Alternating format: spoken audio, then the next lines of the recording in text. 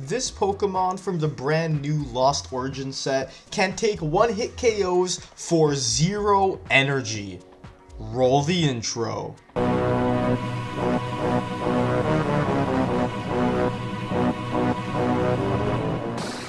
What is going on, everybody? Hitmonchanning here, back again with another Pokemon trading card game deck tech, and today I wanted to make another early deck tech. This one is going to be for Hisuian Electrode V. Now, Hisuian Electrode V is such a cool card. I've absolutely loved it ever since it was revealed, and I think it's got potential to be a really cool rogue deck that is... You're not going to see a lot of these types of decks being played, and I'm going to explain. This card attacks for 0 energy, and it can do a crazy amount of damage. Its first attack is free. It's called Tantrum Bomb, and it does 100 damage times. This attack does 100 damage for each special condition that this Pokemon is affected by.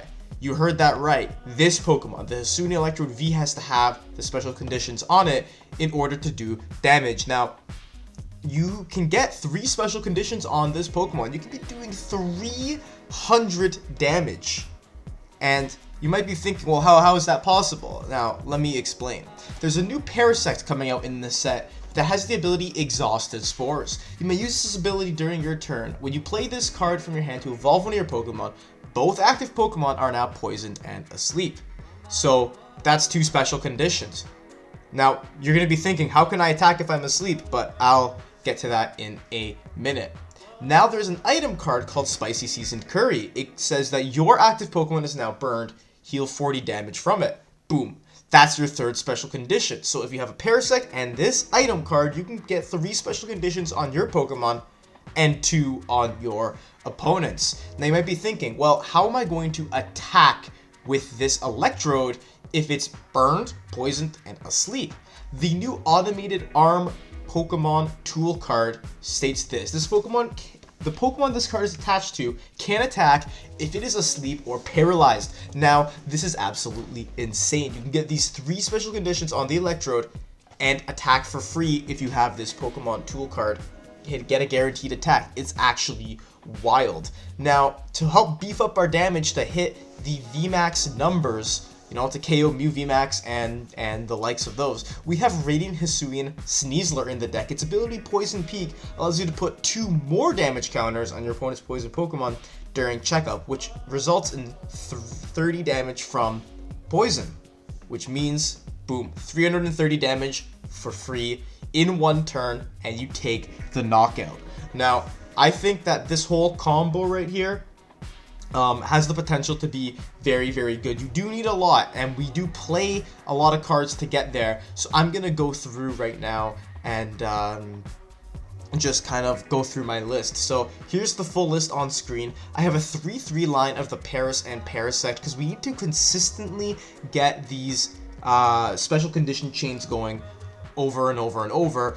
Realistically, you need 3 to take out a bunch of V Pokemon. You need 3-3, so we play a bunch of other cards in here to help keep that 3-3 line alive and to keep getting that ability to activate over and over. For some more support, we play a 2-2 Bibarel line for draw. We really do need to draw a lot of cards in this deck, and you need to see a lot of cards in order to make the combo work. So Bibarel is an absolute must. Then there is the one of Radiant Hisuian Sneasler, and I also opted to include a Manaphy in here because it can be very scary if your Bibarel or your Hisuian Sneasler or your Paras, if it's sitting on the bench and you can't find a scoop up net. If your Parasect gets sniped, you can get hit from Greninja, and then you can get Quick Shooting or Galarian Zigzagoon pinged, and it can be really devastating for this deck to deal with bench sniping because you do play a lot of smaller, squishier stage 1s / basic Pokemon. Now, we also have a 1-1 line of Darkrai and Darkrai VSTAR. Now, this was inspired by Andrew Mahone's list. Full credit, because I never would have thought to do this before. But you can actually use the VSTAR power to get back your mechanical arm tool cards, which is brilliant because if you're going to be going through your deck and you need to discard some whatever, you can get them back with Darkrai VSTAR's power, and it is really, really That's the way that you can recycle. You can also opt to play a Silene. I'll go through what cards I might change by the end of the video, but you can opt to play a Silene in this deck if you really want to get those items back without having Darkrai's. So we'll go through that a little bit towards the end, and then we have 4 Hisuian Electrode V. Now for supporters, we run 4 Research, 2 Marnie, kind of standard. We do run a Roxanne to help to disrupt our opponent a little bit, as we are disrupting them with special conditions, because even if you can't find the Spicy Season Curry, right, and you only get 2 types of special conditions on you with the Parasect, and your opponent's Pokemon is also asleep, if you can Roxanne them out of like a switching card, or if they use a Raihan to get something for next turn, like a boss or whatever, Roxanning your opponent can be very, very effective and helping this deck keep up with other decks. And we also play 3 copies of Boss's Orders because you're probably going to end up discarding one, and you have a Pal Pad in the deck as well. We do have 1 Pal Pad. However, I like to have 3 of them in easy access. Now, this can be changed, and like I said, I'll go over it a little bit later because we have another card in here that I like as well. We have Clara. Clara can instantly get back your Paras and Parasect right into your hand, like just like that, or your Bidoof and your Bibarel, or 2 Electrodes, or your Sneasler, or whatever. We play a Clara and a Rod. You might want to go for 2 Claras, I will say, because it can be very powerful if you have to discard a lot early on, and that kind of means you don't really have to play a huge line of everything. You could maybe cut some things down because you have the Clara access to just bring it back up if it's discarded. Now, we have 3 Turffield Stadium to help search for our Parasects, pretty standard, 4 Ultra Ball, 4 Quick Ball, and a single Evo Incense. Now, I'm really trying to find the good balance between all the ball search cards. I personally don't know if the Evo Instance is going to be worth it. I kind of like the 1 in there because it gives you 3 Turffields and an Evo Instance. Those are all for evolutions. The Evo Instance can guarantee you Bibarel, can guarantee you Darkrai, and it can guarantee you Parasect. Ultra Ball gets you anything, but you have to discard cards, and pretty much everything in this deck is going to be useful. Like for instance, our other item cards include a full line of Scoop Up Nets to reset our Parasect, and they include 4 Mechanical Arm, 4 Spicy Season Curry. Like, you really do need all these cards, so I am thinking of cutting down the Ultra Balls in favor of some more Evo Instance, but we'll have to see. We also run 2 Pokemon Catcher in here. This is a very, gust heavy deck. Like, you're really gonna be wanting to hit your targets, you know?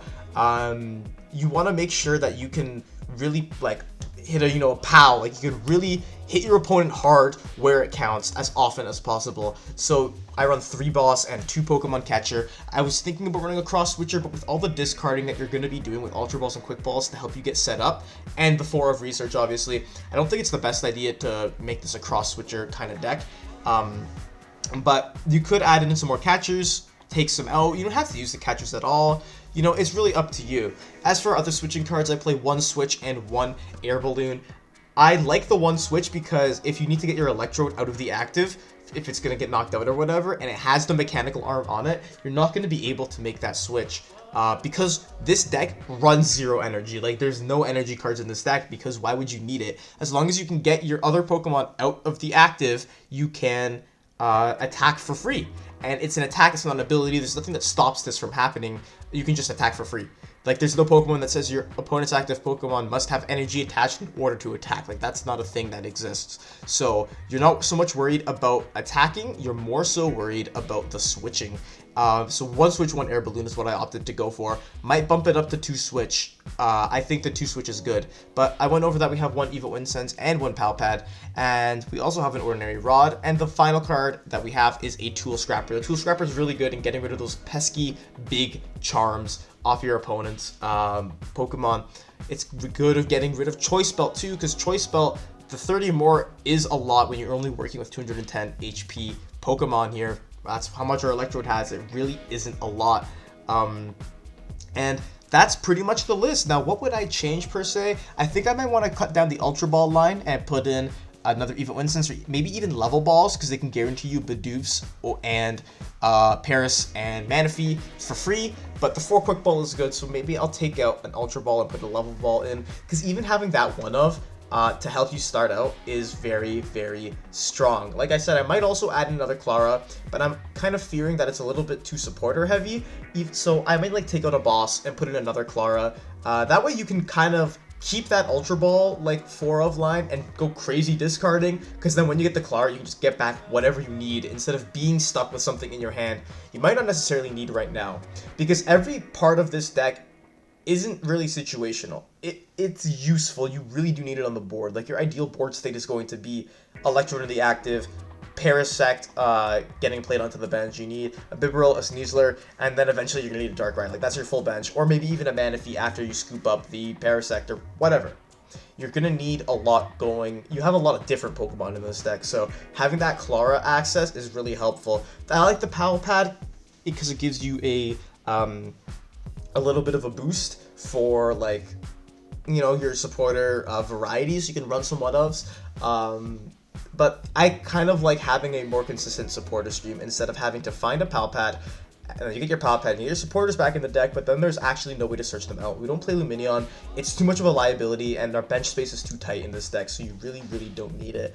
You know, it's not really super relevant in here. And that's about it. I really do like the list. Even, you know, there's a couple changes here and there I would make, but I think this is how I'm going to start mine out to see how it goes. And then from there, we're going to go and see, like, what can happen. I really wish there was a way to add in, like, other damage modifying cards or other Pokemon tools for our Electrode, but you need that mechanical arm in order to make the deck function. So it's really not in the cards, quite literally.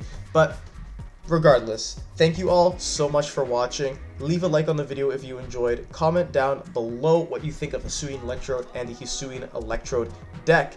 And subscribe for more. I have more Pokemon trading card game content coming on the way. And without further ado, Hitmonchanting out.